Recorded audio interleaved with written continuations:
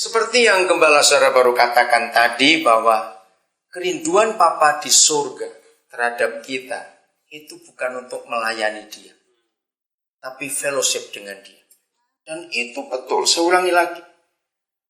Kerinduan Papa kita terhadap kita, anak-anaknya, itu bukan sibuk untuk melayani dia, tidak, tapi dekat dengan dia. Pengalaman yang Pastor Saudara sampaikan tadi itu, dan itu betul. Coba bayangkan ya kalau saya beri perbandingan ini. Kalau kita sebagai orang tua, papa atau mama, kita pulang ke rumah. Lalu anak kita ada di rumah. Di antara dua ini, mana yang saudara pilih? Dia sibuk ngatur makanan, buatin minuman. Wah, sibuk pokoknya. Atau dia langsung dekat dengan kita. Dia manja-manja dengan kita. Lalu dia cerita apa yang terjadi sepanjang hari itu ketika kita nggak di rumah. Saudara pilih yang mana kalau orang tua normal? Pasti manja-manja dong, dekat dengan dia. Anak itu bisa cerita. Daripada dia sibuk menyiapkan makanan atau minuman untuk kita. Mari kita buka ayatnya. 1 Korintus pasal 1 ayat 9, saudara. The highest calling yang saya temukan dalam Alkitab itu di ayat ini. Lagi the highest calling. Panggilan tertinggi. Harus temukan ini dalam diri kita. Sudah? Tuhan yang memanggil kamu. Jelas kata memanggil.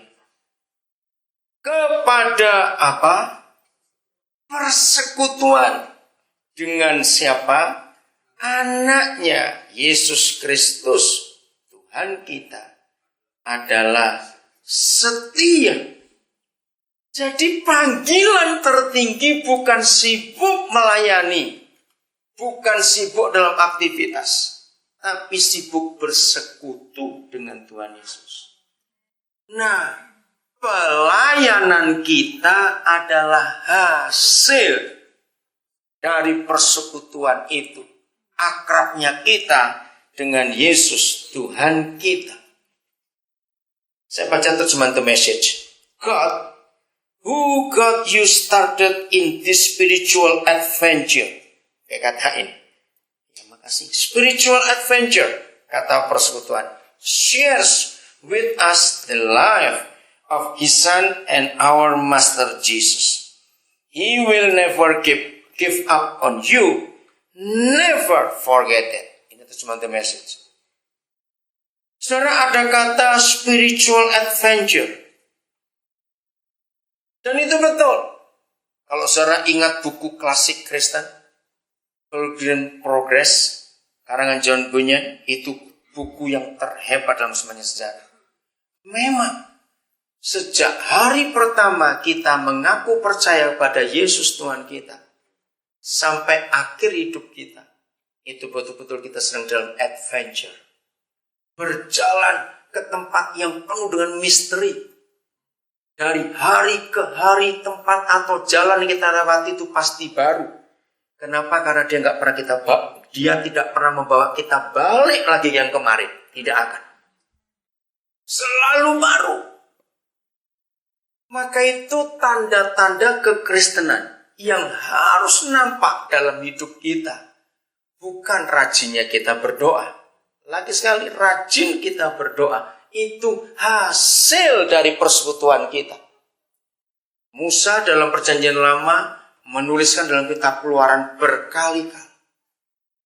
Apa saja yang dia temui di secret place, dalam hadirat Tuhan yang begitu intim, begitu akrab, begitu dekatnya, itu yang dia sampaikan kepada Israel.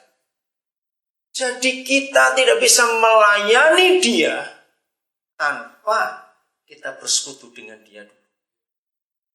Matius 6 ayat yang ke-6. Kita sudah sering baca ayat ini, dan mari hari ini kita menemukan kebenaran ini. Kalau kita berdoa suruh kemana? Masuk ke dalam kamarmu dan kunci pintu. Saya ambil kalimat itu saja. Di dalam bahasa Yunaninya, kata masuk ke dalam kamarmu itu kalau di Inggris kan the most private place. Padahal kalau kita berdoa, tidak semuanya harus masuk kamar kunci pintu. Kita bisa doa di restoran. Betul tidak kalau makan? Kita bisa doa di airport. Kita bisa doa di terminal bus. Kita bisa doa di mana saja.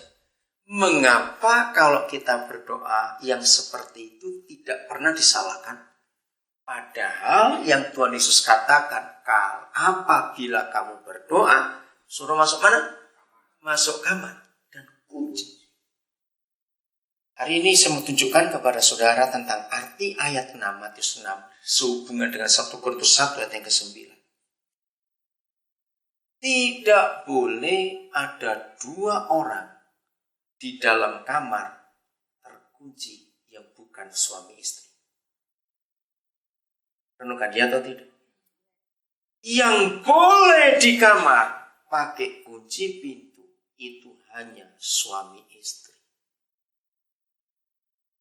Ternyata kata doa yang diajarkan Tuhan Yesus itu bukan doa makan, bukan doa di rumah sakit, bukan doa di airport, di restoran, di terminal, tidak. Kata doa yang Tuhan Yesus maksudkan adalah intimacy with Him. Masuk kamar, kunci pintu. Wah, ini luar biasa, saudara. Maka itu doa makan, doa bangun pagi, doa apa itu maaf. Hari ini kita harus tegas pada diri kita sendiri sesuai Matius 6 ayat 6 dan 1 Korintus 1 ayat 9. Bahwa doa yang sesungguhnya adalah in the most private place. Sangat pribadi antara kita dengan Yesus. Karena tidak ada Tuhan di agama apa saja yang menyatakan hubungan yang disembah dan yang menyembah itu hubungan suami istri. Kecuali kekristenan yang mengajarkan. Jadi kita ini mempelainya Yesus. Dia mempelai laki-laki, kita mempelai perempuan. Maka itu doa kita bukan doa di luar. Yang dilihat orang. Tapi yang di dalam, yang sendiri. Yang begitu akrab. 1 Korintus 6. Saya mau tunjukkan ini kepada saudara. Ayat yang ke-16. Mengapa Paulus menggunakan kalimat ini? Unik sekali. Ya. Atau tidak tahukah kamu bahwa siapa yang mengikatkan dirinya, nah kata ini kita akan temukan nanti, pada percabulan, menjadi satu tubuh dengan dia. Boleh saya ganti dengan kata bersetubuh? Sama bukan? Oke. Sebab demikianlah kata nas, kata ayat, keduanya akan menjadi satu daging. Nah di ayat 17, Paulus menggunakan kalimat yang sama. Tetapi siapa yang mengikatkan dirinya pada Tuhan, menjadi satu roh dengan dia. Nah sekarang saya mau ganti. Tetapi siapa yang mengikatkan dirinya pada Tuhan, berseroh dengan dia. Boleh tidak saya pakai kata itu? Berseroh. Saudara, kekristenan kita tidak akan punya arti kalau hubungan intim kita dengan Yesus tidak seperti suami istri. Kalau dengan suami istri atau dengan perjinahan, bahasa Indonesia menggunakan kata bersetubuh karena menjadi satu tubuh. Karena dia adalah roh, maka kalau gerejanya bersekutu dengan Yesus jadi berseroh. Hebat sekali. Saya ulangi lagi, tidak ada agama di dunia yang sehebat ini. Tuhan hanya mau menyatu dengan. Maka itu saudara, berapa lama pun kita jadi Kristen, itu bukan ukuran. Bukan. Tapi ukurannya berapa intim kita dengan Yesus. Katakan amin, berapa intim. Hebat sekali. Banyak ayat di Alkitab yang kita temukan. Betapa dekatnya Bapa kita dengan kita. Di antara semua hubungan,